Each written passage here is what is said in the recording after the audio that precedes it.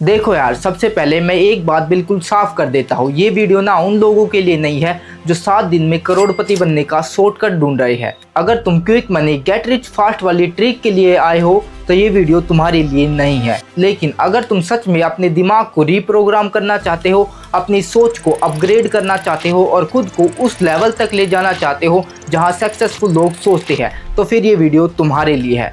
Think and grow rich ये कोई पैसे कमाने की स्कीम नहीं है, ना ही कोई ऐसी ट्रिक है जो इंटरनेट के सो कॉल्ड फाइनेंशियल गुरुज आपको बेचते हैं। ये एक माइंडसेट है, एक फिलॉसफी है वेल्थ बनाने की, और ये 3 लेवल्स पर काम करती है: मेंटल, इमोशनल एंड फाइनेंशियल। इस बुक के ऑथर नेपोलियन हिल, उन्होंने रैंडमली ये सब नहीं लिखा। उन्होंने 500 से ज़्यादा सक्सेसफुल और रिचेस्ट लोगों पर स्टडी की, उनकी थिंकिंग को समझा और फिर ये नॉलेज एक जगह कंपाइल की। तो सोच सकते हो इसमें कितनी डेप्थ और वैल्यू छुपी है।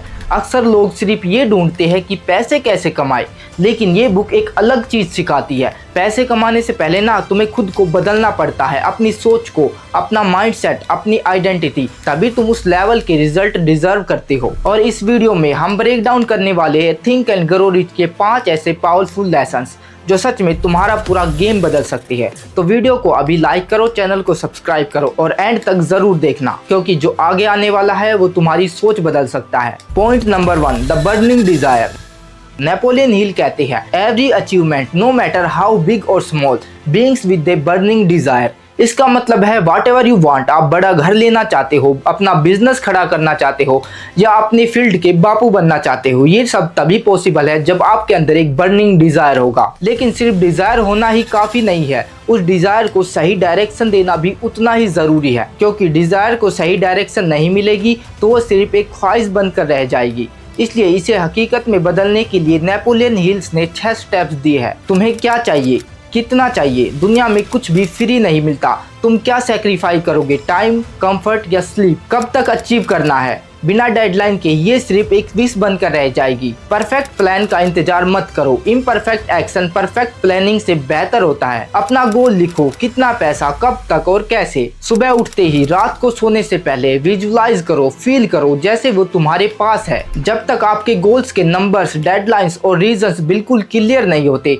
तब तक आपका माइंड बार बार भटकता रहता है। आप फोकस करने की बजाय काम को टालने लगते हैं, क्योंकि जहाँ क्लैरिटी नहीं होती वहाँ कंसिस्टेंसी भी नहीं टिकती। इस बात को समझने के लिए ना मैं आपको एक रियल लाइफ एग्जांपल के जरिए समझाता हूँ। एक लड़का जिसके पास ना पैसा था, ना फिल्मी बैकग्राउंड, ना कोई स्पोर्ट्स सिस्टम, लेकिन उसके पास एक डेंजरस चीज थी, एक बर्निंग डिजायर कि वो दुनिया का सबसे बड़ा स्टार बनेगा। ये कहानी है शाहरुख खान की। दिल्ली में पैदा हुआ, मिडिल क्लास फैमिली में, कम उम्र में ही पिता की डेथ, फिर कुछ सालों बाद माँ की डेथ। अब सोचो, ज्यादातर लोग यहाँ टूट जाते हैं, लेकिन शाहरुख खान ने क्या किया? उसने अपने पेन को डिजायर बना लिया। शाहरुख खान ने एक बार खुद कहा था, I want to rule the film industry.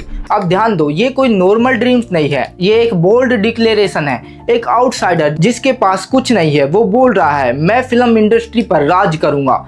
यही है बर्निंग डिजायर। और बर्निंग डिजायर का मतलब ये नहीं कि रास्ता आसान होगा। शाहरुख खान ने रिजेक्शन फेस किया, रिस्क लिया, कंफर्ट जोन तोड़ा, लेकिन एक चीज कंसिस्ट रही, उसका बिलीव कि मैं बनूंगा। शाहरुख खान की स्टोरी हमें सिखाती है कि बर्निंग डिजायर का मतलब है सिचुएशंस कैसी भी है, रिसोर्सेज हो या ना हो, तुम अपने गोल से पीछे नहीं हटोगे। इसी के साथ हम लोग आते हैं इस वीडियो के सेक्शन नंबर 2 पे, विच इज फेथ।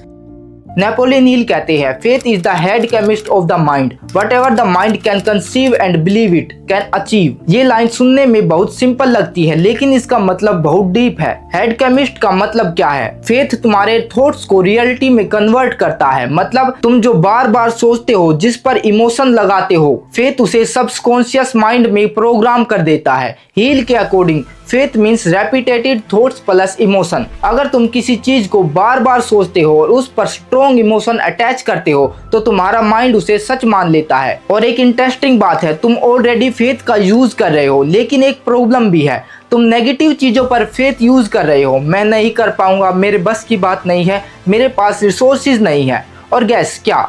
वही रियलिटी बन जाती है। जब हम उन चीजों पर प्रबलता से सोचते, बोलते, काम करते और ध्यान केंद्रित करते हैं जिन्हें हम नहीं चाहते, तो हम उन चीजों को ही अपनी ओर अट्रैक्ट कर रहे होते हैं जिन्हें हम नहीं चाहते। बट वहीं पे अगर आप दूसरी तरफ पॉजिटिव बिलीव रखते हो, जैसे मैं कर सकता हूँ, मैं बिजनेस एम्पायर खड़ा कर सकता हूँ, मैं 2026 के एंड तक अपनी ड्रीम बॉडी बना सकता हूँ, तो एक टाइम के बाद आपका ब्रेन उस पर बिलीव करने लगता है। अब आपको ये बात तो समझ में आ ही गई होगी कि आपके थॉट्स और बिलीव से ही आपका फ्यूचर क्रिएट होता है।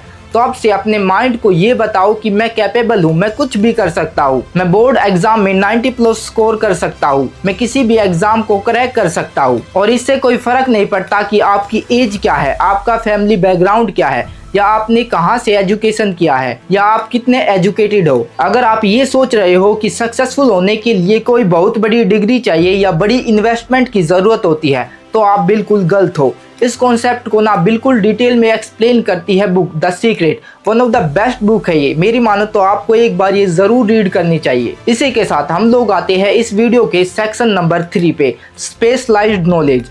नेपोलियन हिल कहते हैं, knowledge is only potential power, it becomes power only when organised और डायरेक्टेड। मतलब नॉलेज अपने आप में पावर नहीं है, वो सिर्फ पोटेंशियल है। ऑर्गेनाइज मतलब एक ही चीज को डेप्थ में सीखना, और डायरेक्टेड मतलब उसे एक क्लियर गोल के लिए यूज करना।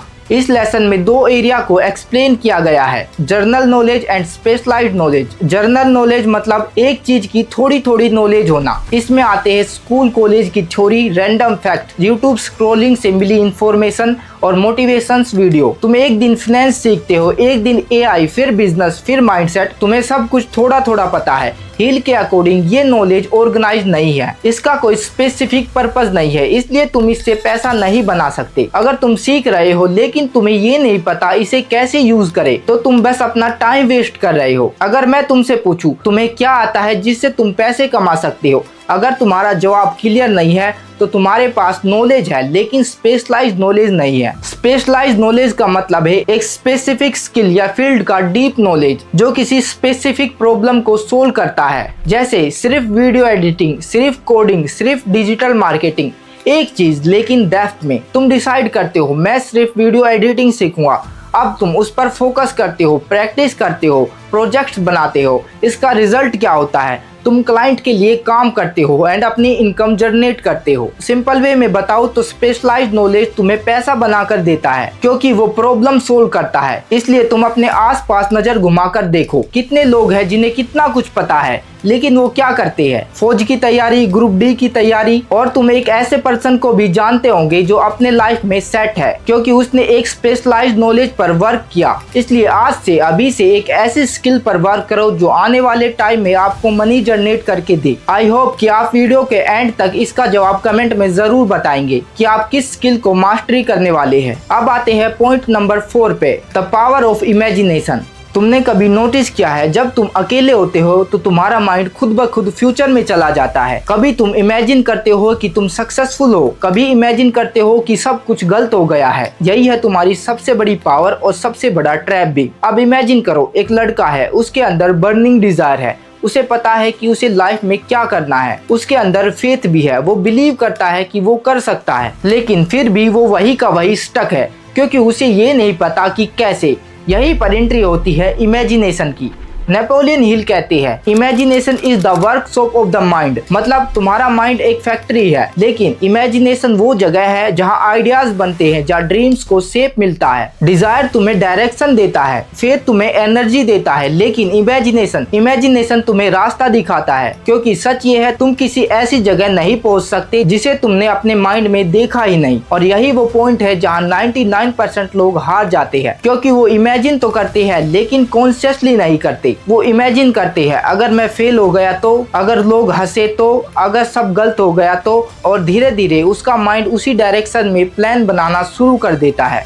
अब सीन बदलो, वही लड़का, अब उसने डिसाइड किया कि वो अपने इमेजिनेशन को कंट्रोल करेगा। अब वो हर दिन इमेजिन करता है कि वो अपने गोल तक पहुंच चुका है। वो फील करता है कॉन्फिडेंट, सक्सेस, रिस्पेक्ट। वो सिर्फ सोचता नहीं, वो उसे जीता है अपने माइंड में। और धीरे धीरे कुछ इंटरेस्टिंग होने लगता है। उसे आइडियाज आने लगते हैं, छोटे छोटे सॉल्यूशन दिखने लगते हैं, वो अपॉर्चुनिटीज नोटिस करने लगता है जो पहले कभी दिखाई नहीं देती थी। क्योंकि इमेजिनेशन सिर्फ सपना नहीं है, ये प्रॉब्लम सॉल्विंग टूल है। नेपोलियन हिल ने इमेजिनेशन को 2 पार्ट्स में डिवाइड किया है, लेकिन इसे सिंपल भाषा में समझो। कभी तुम पुराने आइडियाज को कंबाइन करते हो और कभी बिल्कुल नया क्रिएट करते हो, दोनों ही इमेजिनेशन है। और सबसे डेंजरस बात पता है क्या है? तुम्हारा माइंड रियल और इमेजिन एक्सपीरियंस में फर्क नहीं करता। इसलिए अगर तुम बार बार इमेजिन करते हो कि तुम सक्सेसफुल हो तो तुम्हारा माइंड उसी के हिसाब से बिहेव करना शुरू कर देता है। लेकिन अगर तुम बार बार डर इमेजिन करते हो तो तुम्हारा माइंड उसी के हिसाब से लिमिट बना देता है। इसलिए हील ने सिर्फ थिंक नहीं कहा, उन्होंने थिंक एंड ग्रो रिच कहा। मतलब सोचो लेकिन सही डायरेक्शन में। अब अपने आप से एक सवाल पूछो, क्या तुम अपनी लाइफ को कॉन्शियसली इमेजिन कर रहे हो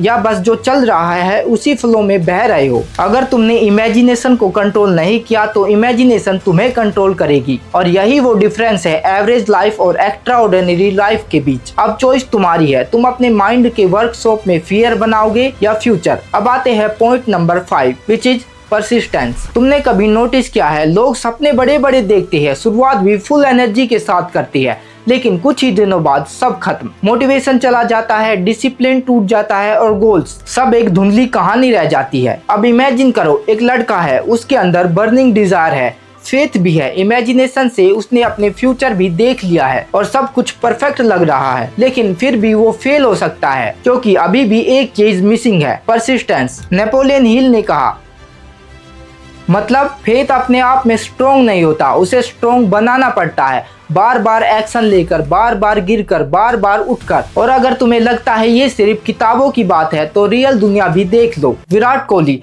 आज जिसे लोग किंग कहते हैं, लेकिन एक फेज था जब वो लगातार फेल हो रहा था, रन्स नहीं आ रहे थे, क्रिटिसिज्म बढ़ रहा था, लोग बोल रहे थे अब ये खत्म हो गया। अब यहाँ 2 ऑप्शन थे, या तो वो प्रेशर में टूट जाता या फिर टिके रहता। उसने क्या किया, वो वापस गया बेसिक्स पर, प्रैक्टिस जारी रखी और सबसे इम्पोर्टेंट उसने खुद पर डाउट नहीं आने दिया। और फिर वही विराट कोहली वापस आया स्ट्रोंगर, शार्पर और अनस्टॉपेबल बनकर। डेविड गोगिंस एक ऐसा इंसान जो पहले ओवरवेट था, लो कॉन्फिडेंस था, लाइफ कंप्लीटली मैच थी, लेकिन उसके अंदर एक आग थी, एक बर्निंग डिजायर था खुद को बदलने की। नेवी सील्स के लिए अप्लाई किया, रिजेक्ट हुआ, फिर ट्राई किया, फिर रिजेक्ट। कोई नॉर्मल इंसान होता तो यही रुक जाता, लेकिन गोगिंस नहीं रुका। उसने पेन को एक्सेप्ट किया, लिमिट को पुश किया और अंततः वो बन गया one of the toughest man alive. Amitabh Bachchan आज शहंशाह कहे जाते हैं, लेकिन शुरुआत में उनकी वॉइस रिजेक्ट हुई, उनकी हाइट रिजेक्ट हुई, कई फिल्म्स फ्लॉप हुई, कैरियर ऑलमोस्ट खत्म हो गया। और फिर एक टाइम आया जब वो फाइनेंशियली भी कोलैप्स हो गए। ये वो मोमेंट होता है जहाँ ज्यादातर लोग फेल हो जाते हैं, लेकिन उन्होंने क्या किया, वो फिर खड़े हुए, टीवी पर आए, नया फॉर्मेट अपनाया और फिर से खुद को रीबिल्ड किया। परसिस्टेंस सिर्फ यंग एज की चीज नहीं है, ये लाइफ टाइम का माइंडसेट है। ऐसे बहुत से एग्जांपल्स भरे पड़े हैं, APJ Abdul Kalam, Elon Musk, Steve Jobs, Ratan Tata, Shahrukh Khan and Sachin Tendulkar. इन सभी में कॉमन क्या है? ना सिर्फ टैलेंट, ना सिर्फ luck, consistence in pain, staying when it's hard, not quitting when it hurt. यही है परसिस्टेंस। अब अपने आप से एक सवाल पूछो, तुम कितनी जल्दी हार मान लेते हो? क्योंकि सच ये है, सक्सेस उन्हीं को मिलता है जो बोरिंग डेज में भी काम करते हैं, जो टफ डेज में भी टिके रहते हैं। और एंड में गेम सिंपल है, जो लास्ट तक रहता है वही जीतता है। टैलेंट तुम्हें शुरुआत दिला सकता है, लेकिन जीत हमेशा उसी की होती है जो बीच में हार नहीं मानता। आई होप कि आपको इस वीडियो से बहुत कुछ सीखने को मिला होगा। तो फटाफट वीडियो को लाइक एंड चैनल को सब्सक्राइब जरूर करें एंड कमेंट में जरूर बताना कि आपको इस वीडियो का कौन सा लेसन लाइफ चेंजर लगा।